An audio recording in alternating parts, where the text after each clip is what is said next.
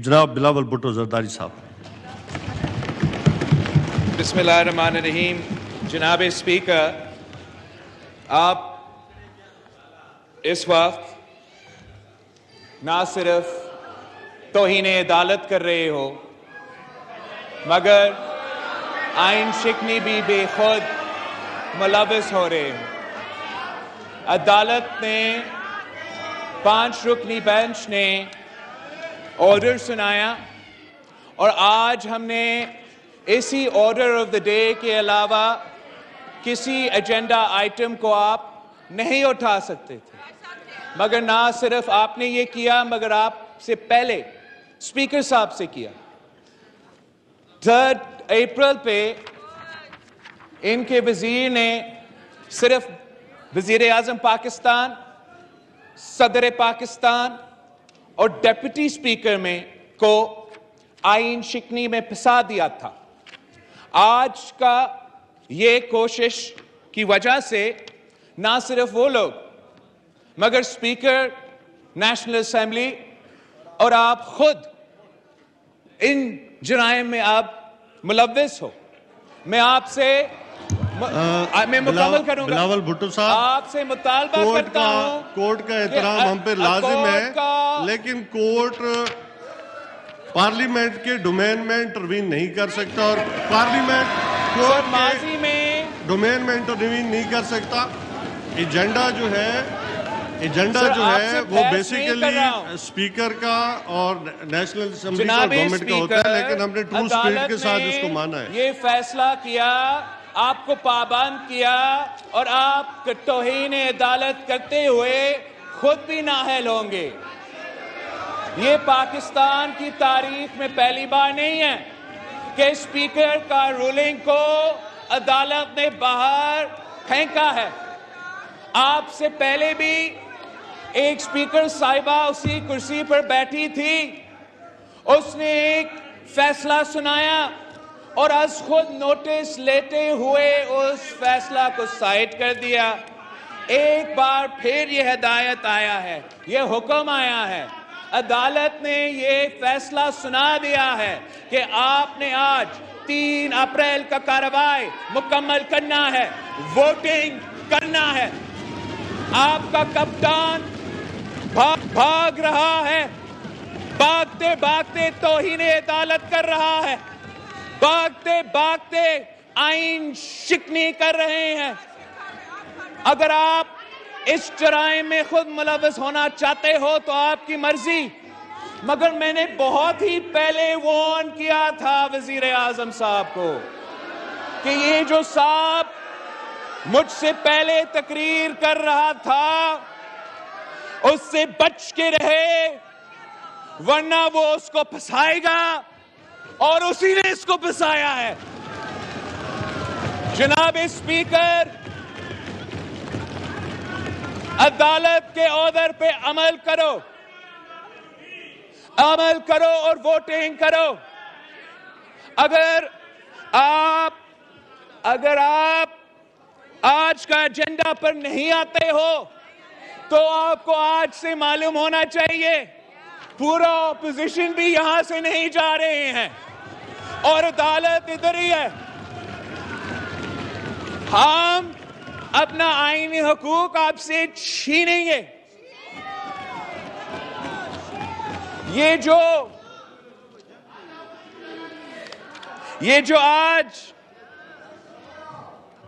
जो आज foreign office को इस्तेमाल करके, ये जाली केबल को इस्तेमाल करके आपको आइन शिकनी और तौहीन अदालत पे मजबूर कर रहे हैं। सुनने का हौसला तो नहीं रखते हैं जनाब स्पीकर। हकीकत यह है कि अक्सरियत इस तरफ है, अक्सरियत इस तरफ है। इमरान अपना अक्सरियत खो बैठा है। फौरन साजिश का जो रट लगा हुआ है। Order in the house please ji.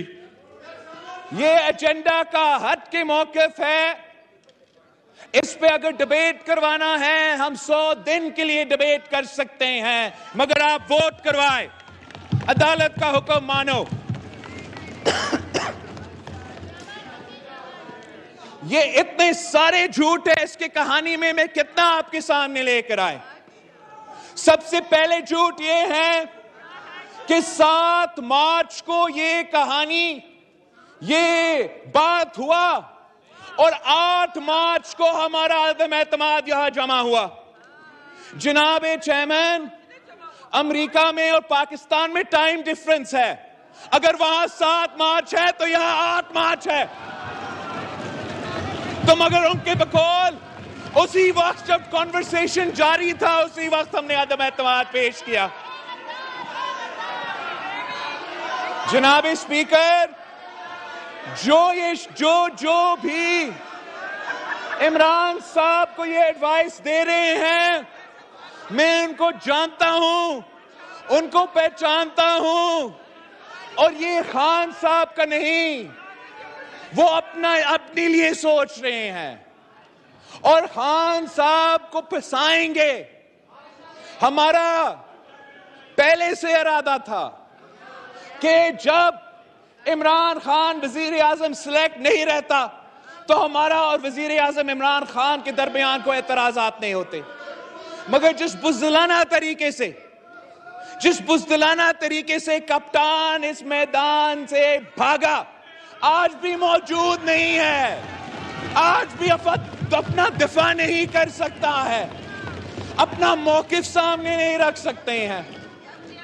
National security के फोरम जिसका जिक्र हो रहा था, हम पूछते हैं कि वजीर खारजा खुद उस मीटिंग में मौजूद नहीं था, तो क्यों नहीं था? अगर नेशनल सिक्योरिटी कमेटी के मिनट्स निकाले गए तो उसमें अदम एतमाद का जिक्र क्यों नहीं था?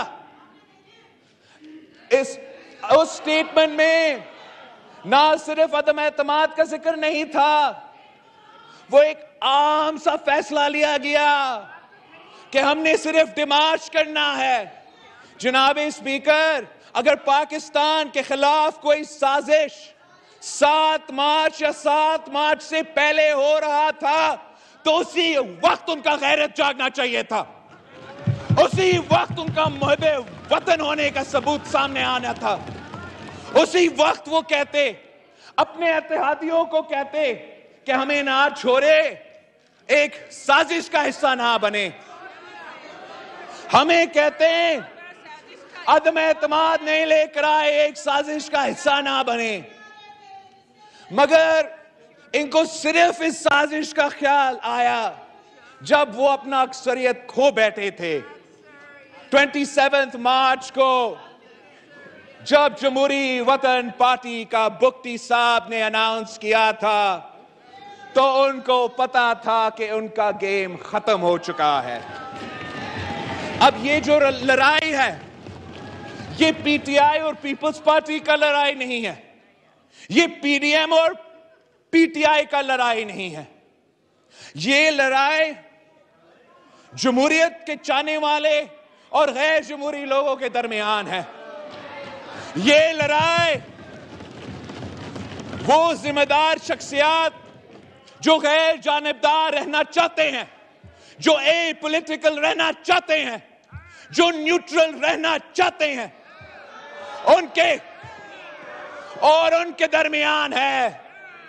उनके दरमियान है जो जानिबदार रहना चाहते हैं, जो न्यूट्रल नहीं मुदाखलत करना चाहते हैं।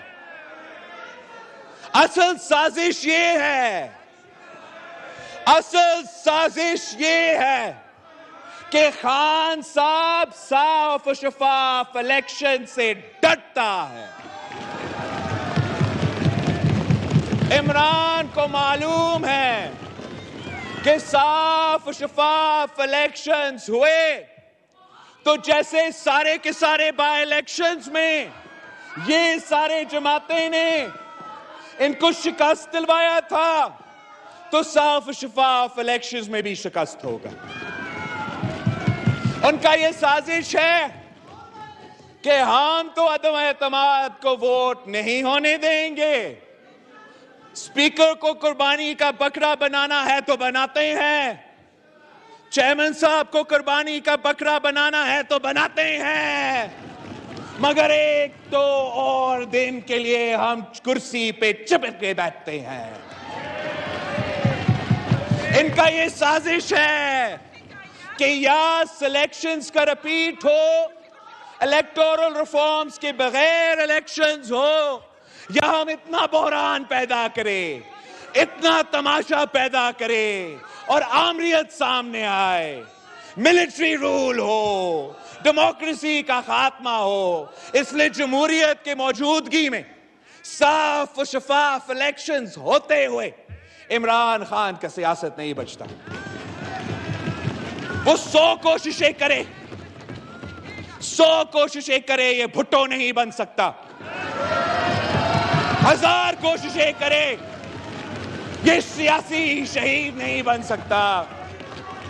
कुछ हकायक ये है, हकायक ये है, हकायक ये है कि ये पहले भी सिलेक्टेड थे, ये पहले भी फैज़याब हुए और ये एक बार फिर सिलेक्ट होके आना चाहते हैं, ये एक बार फिर फैज़याब होके आना चाहते हैं। मगर इनको ये पता होना चाहिए कि जो भी इनको ये तजवीज़ दे रहे हैं, ये इमरान खान को इस कुर्सी पे बिठाने के लिए नहीं। जो भी ये गैर जमहूरी, गैर आईनी तजवीज़ साबिक वज़ीर आज़म को दिया जा रहा है, वो इमरान खान को फिर से ले आने के लिए नहीं है जनाब स्पीकर। वो जमहूरियत को रैप अप करने की साजिश है।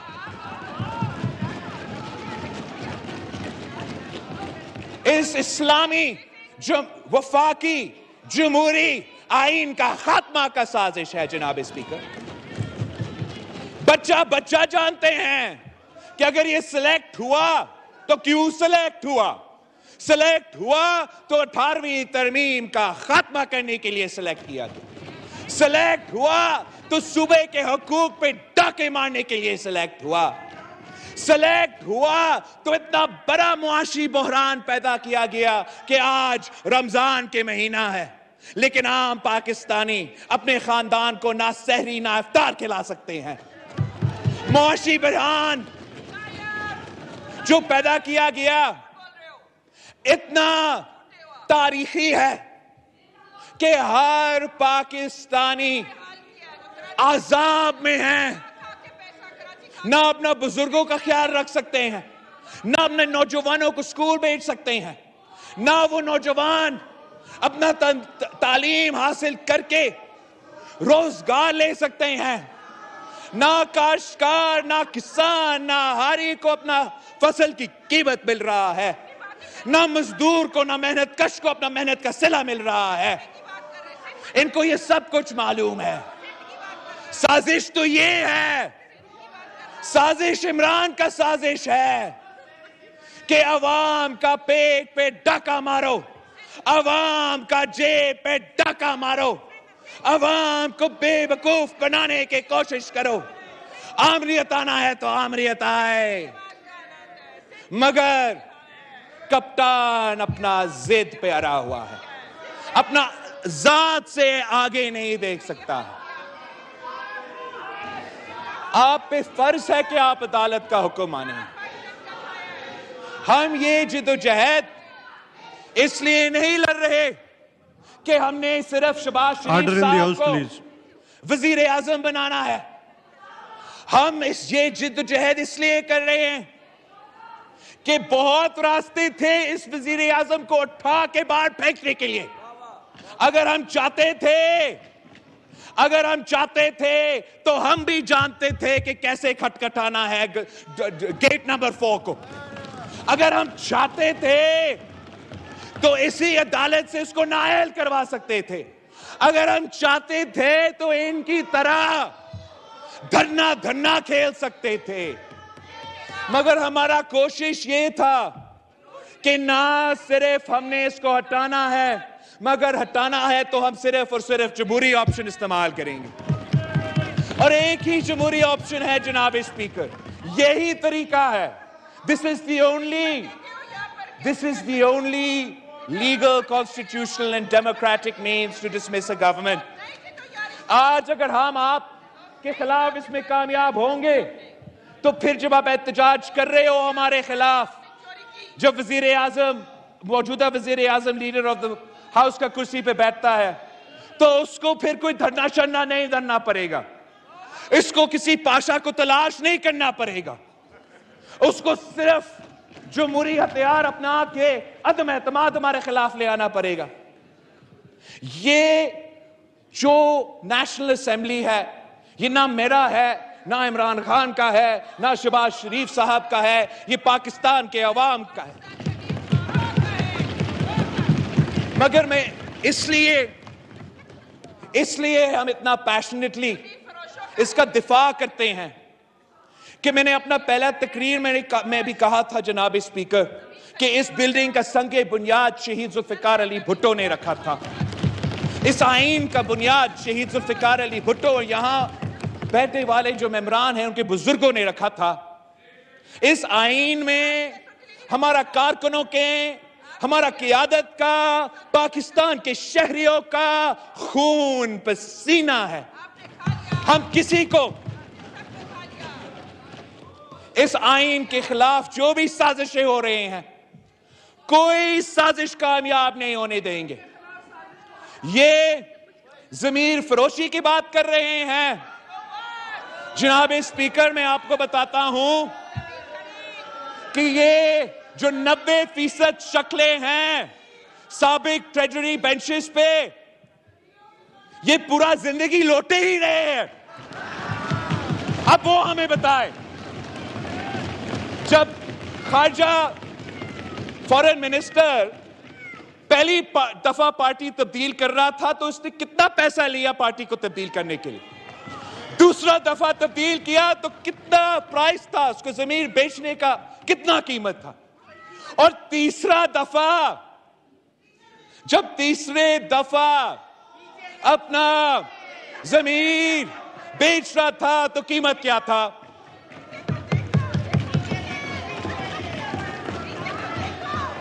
मैं जहां भी देखूं लोटा ही लोटा।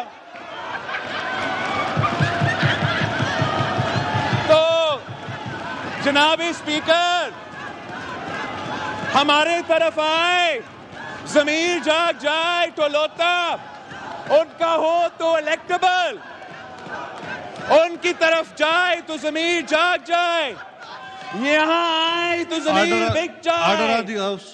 Order in the house, please, जी।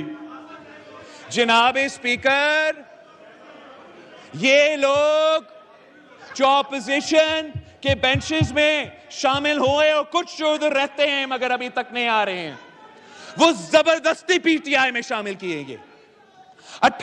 2018 के इलेक्शन से पहले बंदूक की नोक पे जबरदस्ती अपने सियासी मुफाद के खिलाफ उनसे यह फैसला करवाया गया कि पीटीआई में शामिल हो। जिस सेनेट इलेक्शन का जिक्र हो रहा है और ये कहते हैं कि पैसा चला, मैं फ्लोर ऑफ द हाउस पे क्लैरिफाई करना चाहता हूं, हम वो इलेक्शन तो जीते, चंद वोट से जीते, मगर हमारा 20 मेंबर्स लापता किया गया। हमारा 20 मेंबर्स सेनेट के इलेक्शन में भी जो यूसुफ रजा गिलानी साहब को वोट देना चाह रहे थे वो लापता हुए थे। अब मसला ये है जनाब स्पीकर, लापता करवाने वाला कोई नहीं है, रोकने वाला कोई नहीं है, और यही वजह है कि वो अपना अक्सरियत खो बैठे हैं। उसी इलेक्शन जो हम कहते हैं कि सिलेक्टेड है ना, हम कहते थे सिलेक्टेड इलेक्शन, तुम तो कहते थे कि पाकिस्तान की तारीख में सबसे साफ और शफाफ इलेक्शंस। हम कहते थे धांधली, तो पाकिस्तान की तारीख में सबसे साफ और शफाफ इलेक्शंस। तो आपके बकौल उन्हीं इलेक्शंस में पीटीआई को 30% वोट मिला, और ये जो जमाते इस तरफ इकट्ठे हुए हैं, हमें 70% वोट उस इलेक्शन में भी मिला था।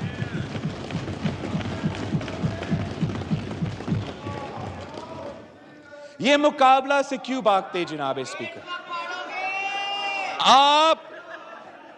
आप भी अपने आप को बचाए, इस हाउस का, इस नेशनल असेंबली का इज्जत को बचाए, और मेरा बात ना मानो तो अदालत का बात मानो, वोटिंग करो।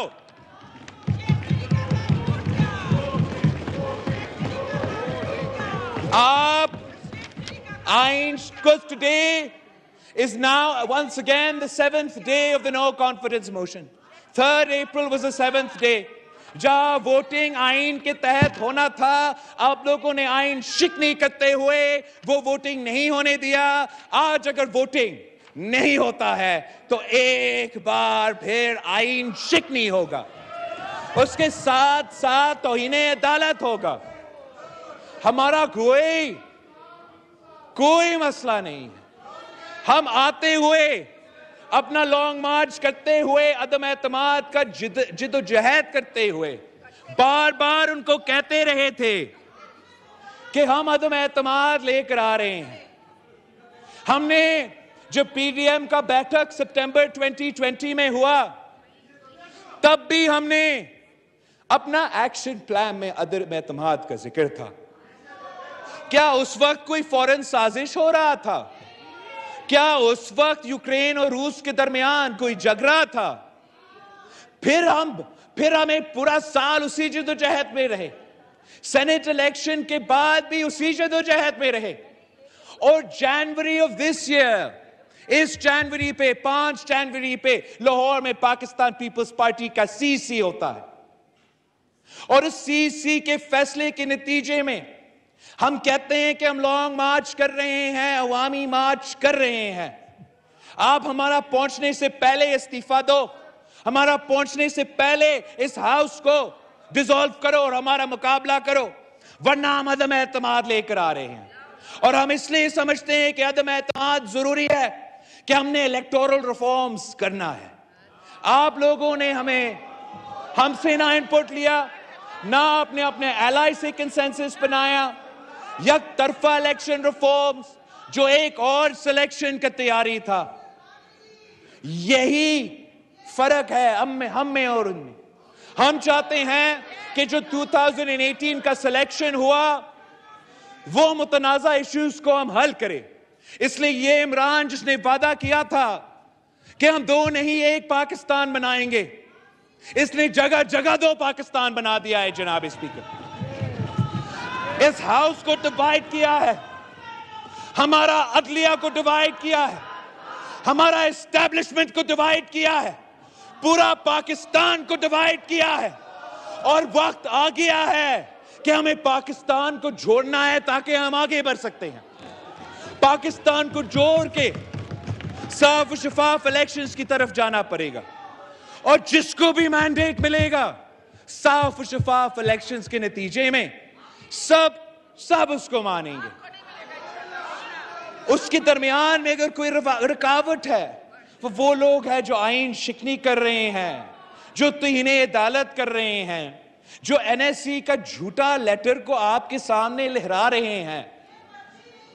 अगर इस कॉरेस्पॉन्डेंस में इतना वजन था, तो मैं पूछता हूं कि खुद वजीर खारजा उस नेशनल सिक्योरिटी मीटिंग में, जहां हमारा अस्करी क़यादत मौजूद था, शिरीन मिज़ारी साहिबा मौजूद था और इमरान खान मौजूद था, तो उस मीटिंग में वजीर खारजा मौजूद क्यों नहीं था? आज तक जब हमारा मुतालबा रहा है कि इस केबल को अदालत में पेश करो, इस मीटिंग का मिनट्स अदालत में पेश करो, वो नहीं कर सकते हैं। आज भी भाग रहे हैं, भागने का कोई रास्ता नहीं है जनाब स्पीकर। आप वोटिंग करो, अब वोटिंग करो। इसमें कोई गुंजाइश नहीं है कि हम इन चीजें पे तकरीर करें। अब मैंने रिकॉर्ड पे ले आया हूं कि आप तौहीन अदालत कर रहे हो। हम अपना वकला को भी, अगर आप तौहीन अदालत करते रहते हो, वोटिंग नहीं करते हो, तो हम इधर भी बैठे रहेंगे, वहां भी जंग लड़ेंगे, मगर इस मुल्क के लिए, इस पार्लियामान के लिए, अवाम के लिए हम एक आते हुए ये 4 साल खान साहब ने एक दफा भी इज्जत से अपना काम नहीं किया। अब जाते जाते कोई तो स्पोर्ट्समैन स्पिरिट दिखाता। पहले कप्तान है जो मैच हारने के खौफ की वजह से विकेट्स उठा के पिच से भाग रहा है।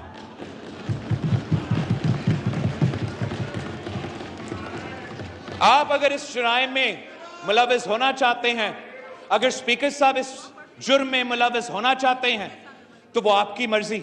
We can't be a part of this farce.